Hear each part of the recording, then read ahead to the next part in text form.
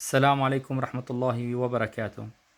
عنا اليوم وصفة عسل الطبيعي مع الليمون والزنجبيل على الريق.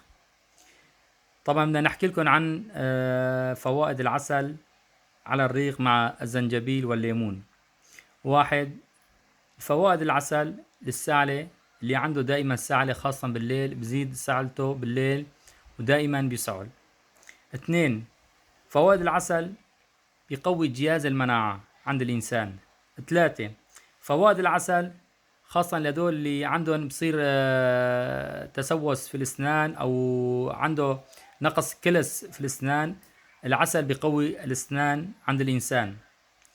طبعا وخاصة اللي عنده التهابات واللي عنده أمراض، وسبحان الله يعني العسل فيه سر عظيم جدا.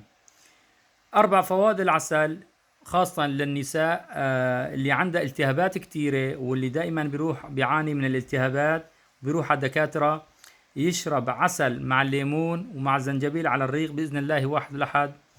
طبعا الله هو الشافي، تخلصوا من الالتهابات. طبعا بدنا نعطيكم كيف طريقة الوصفة. طبعا كاسة مي ومعلقة من العسل، طبعا كون العسل موجود، زنجبيل موجود والليمون موجود.